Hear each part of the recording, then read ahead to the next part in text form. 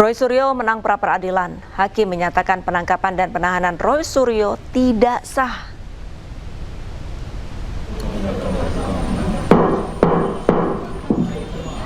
Pada pokoknya, Hakim Tunggal Pengadilan Negeri Jakarta Selatan Iketut Darpawan mengabulkan sebagian permohonan pra-peradilan Roy Suryo. Dalam putusannya, Iketut menegaskan penggeledahan, penangkapan, dan penahanan terhadap mantan Menteri Pemuda dan Olahraga itu tidak sah. Meski demikian, sejumlah gugatan lain tidak dikabulkan hakim. Salah satunya terkait permohonan agar berkas penyidikan dinyatakan tidak sah. Menurut hakim, meski upaya paksa dinyatakan tidak sah, berkas penyidikan yang telah diterbitkan tetap memiliki kekuatan hukum. Tentu saja, sama seperti tadi yang Bang Refli sampaikan, kita yang pertama patut bersyukur kepada Tuhan Yang Maha Kuasa, Allah Subhanahu wa Ta'ala, yang telah dengan secercah harapannya memberikan kita semangat, memberikan kita asa, memberikan kita niat untuk memperbaiki hukum negeri. Ini hukum bukan untuk saya, bukan untuk Roy Suryo dan tim kuasa hukum Tokham yang hari ini mendampingi saya, tetapi adalah untuk kita semuanya. Juga untuk sahabat-sahabat pejuang kami yang ada di seberang sana, yang ada untuk Bu Dr. Tifa, yang ada untuk Bu Kurnia, yang ada untuk Mas Rustam, dan juga untuk Pak Rizal Fadila. Ini adalah untuk kita semuanya. Yang kedua, kami ingin mengaturkan terima kasih atas kebijakan yang luar biasa, pertimbangan kepada Hakim Tunggal. Ya, kalau tidak salah namanya Pak Ketut. Ya, kalau tidak salah. Terima kasih, matur suksma Pak Ketut, atas pertimbangannya yang sangat luar biasa. Jadi itu benar-benar sesuai dengan fakta persidangan. Saya nggak perlu ulangi lagi fakta persidangan yang ada, ya. Dan saya juga mengaturkan terima kasih kepada keluarga saya, ya, istri tercinta, dan juga para kuasa hukum. Di sini ada Mas Refli Harun, ada Mas Abdul Ghafur Sangaji, ada Pak Yasena, ada Bu Soraya, ada Pak Ristan, dan ada semua dalam tim Tokham. Jadi tim Tokham adalah bukan hanya terbatas saja. Silahkan untuk teman-teman kuasa hukum yang lain, untuk lawyer yang ingin bergabung, silahkan. Kita bersama-sama ingin menegakkan kebenaran. Dan insya Allah hari ini kita mulai dengan langkah kecil untuk suatu langkah yang lebih besar. Dan tentu saja kepada seluruh media, baik media mainstream maupun media alternatif, YouTuber yang terus membersamai dan tidak luput. Terakhir saya aturkan terima kasih kepada seluruh masyarakat Indonesia yang diwakili oleh ibu-ibu, mak-mak, dan juga bapak-bapak pejuang yang ada di semua, dan organisasi pemuda yang ada, ya, yang terus membersamai selama ini. Kami tidak akan meninggalkan kalian semua, KNPRI, ARM, Forum Aksi, dan juga yang lain, ya. Kita tetap berjuang bersama.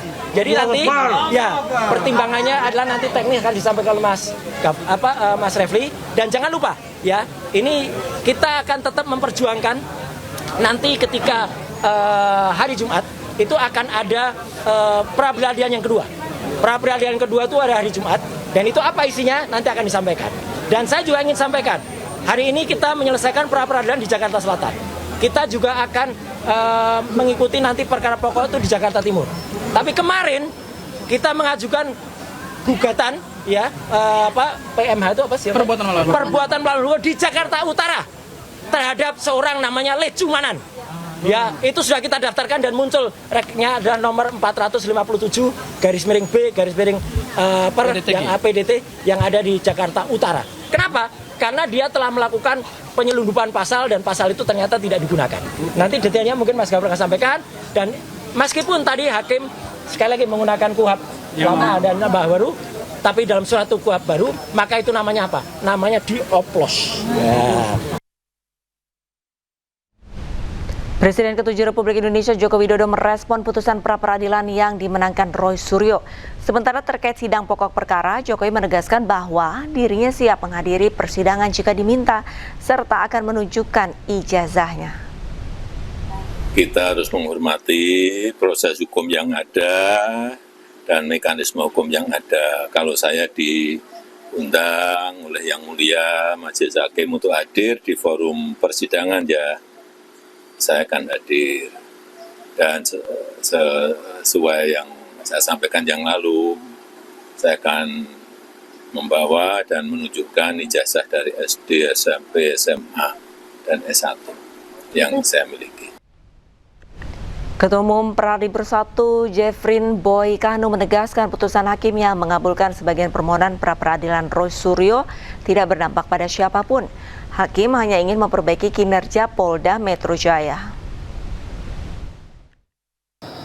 Saya menilai bahwa apa yang dilakukan oleh Polda Metro ini sebagai warning saja sebetulnya. Putusan ini sebetulnya tidak berdampak kepada siapapun kecuali terhadap internal Polda, supaya lain kali lebih berhati-hati. Itu seperti kalau anak nakal ditegur kita dijewer telinganya, lain kali jangan gitu ya. Itu aja, itu tujuan dari kemenangan Prapit hari ini.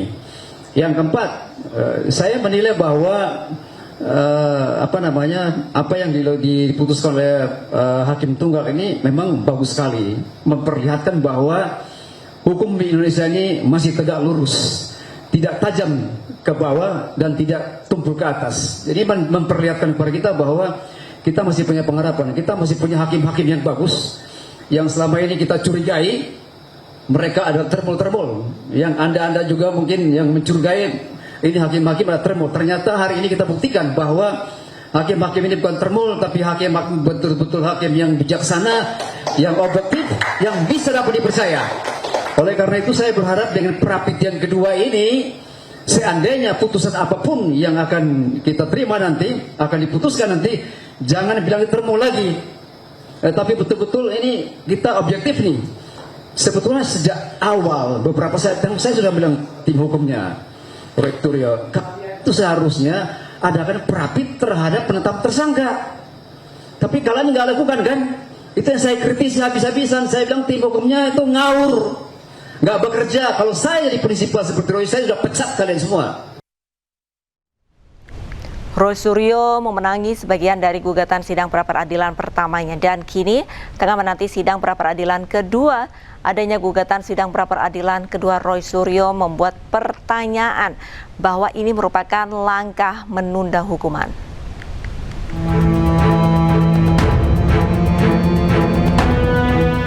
Pasca sidang pra-peradilan pertama Roy Suryo, lawannya Pradi Bersatu sudah ancang-ancang akan menjebloskan tersangka fitnah ijazah itu ke penjara. Strategi yang akan dipilih Pradi adalah mengirimkan surat kepada Mahkamah Agung agar kembali meninjau penangguhan penahanan Roy Suryo. Sekjen Pradi Bersatu Adi Darmawan menjelaskan bahwa langkah tersebut sengaja ia ambil agar Roy Suryo tidak terus-menerus mengajukan sidang pra-peradilan. Ada Prapit lagi yang akan dilaksanakan oleh tim Roy Suryo, otomatis harus segera dimasukkan ke dalam tahanan. Kenapa? Ketika Prapit dibacakan dan itu tidak menang atau kalah, kemudian ada niatan lagi untuk memprapit, itu harus segera dilakukan penahanan. Maka kami akan mengajukan permohonan perhatian hukum dan tinjauan kembali status penahanan terdakwa Roy Suryo sebagai residivis. Namun dari sudut pandang Roy Suryo, langkah ini merupakan upaya dirinya membuktikan bahwa benar ada kekeliruan dalam penerapan pasal 32 Undang-Undang ITE. Itu tidak ada yang namanya buying time, nggak ada. Ini bukan buying time. Daripada nanti tiba-tiba diputus, tapi ternyata salah penerapan pasal 32 UU ITE. Padahal saya sudah terlanjur putus. Itu persis kayak tragedi Sengkon dan Karta, ya, yang sudah diputus dulu, kemudian ternyata setelah dilihat-lihat, waduh ternyata ada kesalahan di dalam putusan sidang yang dulu. Jumat 19 Juni, dua tersangka fitnah ijazah Roy Suryo dan Dr. Tifa ditangkap Polda Metro Jaya. Keduanya sempat menjalani perawatan di Rumah Sakit Polri sebelum dilimpahkan ke Kejaksaan Negeri Jakarta Selatan. Kejari kemudian memutuskan menangguhkan penahanan keduanya. Tak terima dengan penangkapan Polda Metro Jaya, Roy kemudian ajukan sidang pra-peradilan. Tim Liputan iNews melaporkan. Pemirsa, untuk mengetahui lebih dalam mengenai polemik kasus dugaan pencemaran nama baik terkait ijazah Jokowi, kami sudah terhubung dengan Mas Roy Suryo dan penasehat ahli Kapolri bidang hukum, ada Bapak Irjen Pol Purnawirawan Arianto Sutadi. Assalamualaikum, selamat malam Bapak-bapak dan Mas Roy, apa kabar? Waalaikumsalam. Baik-baik, terima kasih. Alhamdulillah. Oke, saya ke Mas Roy terlebih dahulu. Mas Roy, gimana tanggapannya setelah memenangkan sebagian dari gugatan pra-peradilan pada hari ini? Ya, sebenarnya ini bukan soal menang dan kalah ya. Ini adalah perbaikan untuk kita semuanya. Jadi dengan adanya hasil dari putusan pra peradilan tadi siang itu akan membuat Polri lebih presisi, Polri lebih berhati-hati, Polri lebih baik lagi dalam menjalankan upayanya, misalnya untuk upaya penangkapan, upaya kemudian penahanan, dan upaya penggeledahan. Semuanya dipersiapkan dengan baik.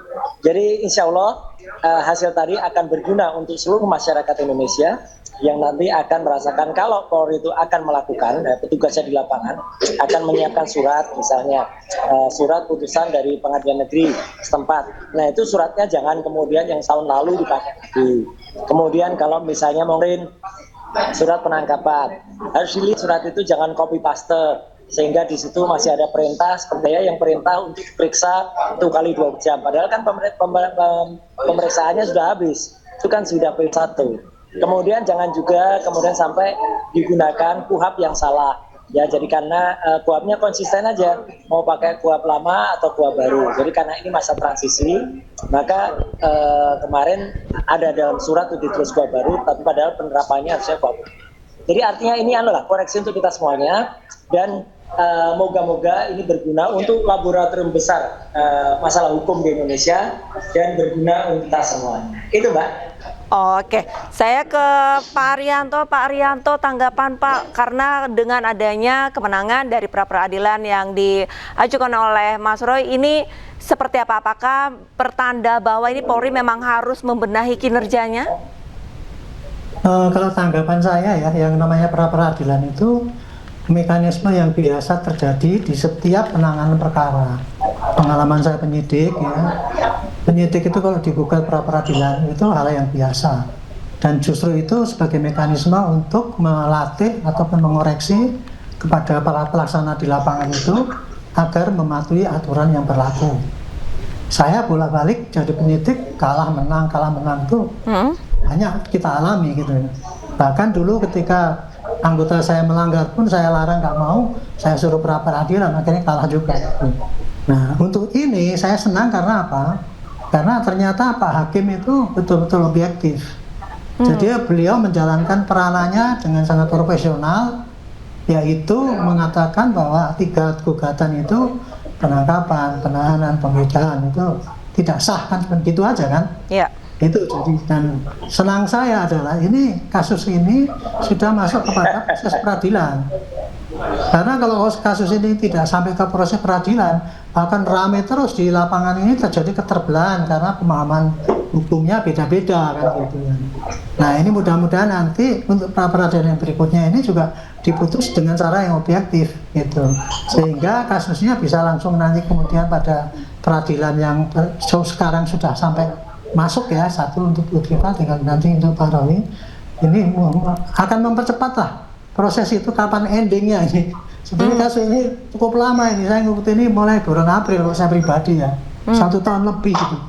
Yang saya perkirakan kasus ini kalau saya dulu tuh bolak-balik saya ngomong ini kasus-kasus sepele, cuman penghinaan kayak gitu kok sampai lama gini. Kalau saya jadi penyidiknya ya, kasus ini murni pidana itu 2 bulan selesai ini urusannya. Nah sekarang ini 11 bulan lebih nggak rampung-rampung ya. Itulah kira-kira yang saya jadi, kalau pengamatan saya selama ini gini. Untungnya semua ini sesuai dengan yang saya prediksi. Ini yang kejadian ini nanti di pra-peradilan kalah atau menang itu sesuai dengan prediksi saya semua gitu. Intinya adalah kita lihat aja nanti perkembangannya ya. Nanti mudah-mudahan semuanya berjalan dengan lancar gitu ya. Entah nanti gugatannya Pak Roy nanti dikabulkan apa tidak. Bagi polisi tugasnya sudah selesai apabila penyidikan itu sudah disampaikan kepada jaksa, dan jaksa sudah menerima, itu sudah tuntas, itu ibarat tugas polisi sudah selesai itu. Walaupun dapat raportnya jelek kemarin karena para peradilannya dapat merah kan gitu kan. Tetapi Pak polisi untuk sampai sekarang ini dianggap sudah lulus itu tesisnya itu karena sudah diterima oleh jaksa. Itu kira-kira gitulah perjalanan daripada proses ini. Oke, baik, saya ke Mas Roy lagi. Mas Roy, apakah sudah ada dialog dengan tim kuasa hukum? Karena dari beberapa poin gugatan, ada 2 yang tidak dikabulkan oleh hakim. Oh, itu lumrah yang dikabulkan karena sebenarnya kemarin sempat sebenarnya sudah kita drop, tapi kemudian dibaca lagi ya, yaitu soal penahanan kan memang nggak ada lagi yang harus ditahan oleh jaksa. Kemudian yang kedua adalah soal pengembalian nama baik. Nah, kalau pengembalian nama baik itu akan nanti memang akan kami lakukan lagi, kami usulkan lagi. Tapi satu kritik saya adalah gini. Jadi tadi memang sempat dikatakan oleh Pak Haryanto bahwa ini hal yang lumrah. Mohon maaf Pak Haryanto, ini bukan hal yang lumrah. Ini ada pelanggaran KUHAP yang terjadi ya. Jadi pelanggaran hukum yang serius ya. Yang itu kemudian kita koreksi. Tapi nggak apa-apa, terima kasih Pak Haryanto. Jadi ini untuk koreksi kita ke depan. Lumrah itu. Untuk koreksi balik kita. Gitu. Peradilan. Betul. Jadi agar Polri lebih presisi. Dan ini juga menjawab yang kemarin para termul itu bilang, mana proper. Nah ini sekarang kita buktikan dengan proper, satu aja udah mulai pada datang mereka. Gitu. Jadi ini jawaban kita. Bahkan ada tuh ya, yang bertahu kalau 1000% pasti akan ditolak gitu. Kok bisa mengatakan 1000% ditolak ya? Dan sudah ada yang menyebarkan hoax juga. Makanya saya tadi lihat press conference dari para termul itu saya ketawa aja ya gitu. Mereka udah membalik semuanya gitu yang dikarikan. Tapi oke lah, tunggu saja ya pra peradilan kami yang kedua yang nanti akan kami ajukan pada hari Jumat tanggal 10 Juli 2026 dan tujuannya tetap sama. Tujuannya adalah untuk memurnikan kembali, meluruskan kembali hal yang selama ini mungkin tidak berani dikoreksi oleh masyarakat. Dan izin saya mungkin ingin mewakili masyarakat untuk ya berani melakukan koreksi ini dengan segala resikonya ini ya gitu. Resiko kan kita tanggung ya, tapi insya Allah ini akan baik dan insya Allah didampingi oleh para tim kuasa hukum saya yang hebat-hebat ya Mbak. Itu insya Allah ini akan berjalan lancar dan yang penting gini, bukan hanya untuk saya tapi ini berguna untuk seluruh rakyat Indonesia dan mengembalikan kembali martabat dari Kepolisian Negara Republik Indonesia. Gitu. Baik, tidak hanya untuk Mas Roy, tapi untuk harkat dan martabat begitu hukum di Indonesia. Tapi Mas Roy, ini ada beberapa pihak yang menuduh dalam tanda kutip Mas Roy ini mengulur-ngulur waktu untuk sidang pokok perkara karena adanya pra peradilan pertama dan pra peradilan kedua. Tanggapannya Mas Roy? Ya, ini bukan ulur waktu. Sekali lagi sudah kami sampaikan ya, saya tadi di lokasi. Mas Abdul Ghafur Sangaji juga sudah menyampaikan. Kemudian Mas Refli Harun juga menyampaikan, tadi Mbak Soraya juga sudah menyampaikan. Itu adalah menggunakan kebaikan dari KUHP baru untuk koreksi. Jangan sampai kemudian peradilan itu seperti dulu-dulu. Peradilan pokoknya asal tabrak, hantam kromo. Padahal banyak sekali yang ditabrak. Nah ini kita koreksi semua. Jadi kalau benar peradilan pokoknya itu memutus, itu sudah sesuai dengan aturan semuanya. Surat-surat benar, putusan pengadilannya benar, kemudian ada penetapannya benar, kemudian nanti misalnya ada surat perintah sprindiknya, sprintah, sprinhan, sprintkap, sprint geledah, itu juga semuanya benar gitu. Jadi supaya semua bagus gitu. Kalau bagus maka hukum kita apalagi teori, bukan teori ya, nuansa atau semangat dari KUHP baru. Itu adalah pengadilan restoratif ya. Restoratif itu artinya apa? Tidak menghukum, tapi kita mengembalikan supaya masyarakat itu juga tunduk bagus. Bukan pengadilan lagi, bukan kitab undang-undang seperti zaman Belanda dulu. Kalau itu kan kitab dari peradilan yang diterapkan oleh penjajah kepada para inlander, kepada para terjajah kita ya gitu. Jadi itu tidak seperti itu. Kita sudah 2 kali berganti kitab undang-undang hukum pidana dan yang terakhir ini adalah suatu laboratorium hukum yang bagus yang akan kita mulai. Jadi moga itulah. Jadi ini juga bisa dipresiden bahkan jurisprudensi Mbak nanti untuk diterapkan ke depan. Oke, Mas Roy mungkin terakhir untuk sidang pra peradilan kedua apakah optimis yakin dikabulkan? Mas Roy? Baik, maaf, saya kira kepada kita tidak boleh terlalu optimis, tapi berarti tidaknya gini. Kalaupun tidak dikabulkan seluruhnya ya, andai pun dilakukan NO misalnya, ya need overclock ya, itu ya kita masih bisa mengulang karena ada yang tidak atau belum diterima, tapi tidak ditolak. Ya, nah kalau tidak ditolak, kita tidak memproses lagi dan itu loh, kita kan lihat ya masyarakat bisa melihat bagaimana kami mempersiapkan dengan serius dari naskah pra peradilan itu dan kita mohonkan dengan bagaimana permintaan kami terhadap para termohon dan juga turut termohon. Dan moga-moga tidak ada penyusup lagi, Mbak, tidak ada penyusup lagi yang ngaku-ngaku menjadi termohon intervensi. Ya itu lucu banget itu. Gitu, Baik. Saya mau nanya ke Pak Haryanto. Kalau dari prediksi Anda, tanggapan Anda seperti apa untuk sidang pra peradilan kedua dari Mas Roy? Ya, saya nggak bisa memprediksi lagi ya. Karena yang namanya peradilan itu yang menentukan hakim. Hakim itu sudut pandangnya melihat dari formalitas dan kegiatan yang di lapangan. Caranya benar atau dasar hukumnya benar. Ya. Nah, dalam hal ini kan saya tidak melihat itu. Apa yang dilakukan oleh Polda Metro itu saya nggak lihat surat-suratnya dipakai apa dan kemudian bukti-buktinya apa gitu, sehingga saya nggak bisa memprediksi ini menang atau kalah. Tetapi saya bisa berandai-andai ya, karena kalau ini kan penetapan tersangka itu kan teorinya kan cuma cukup dengan 2 alat bukti kan gitu.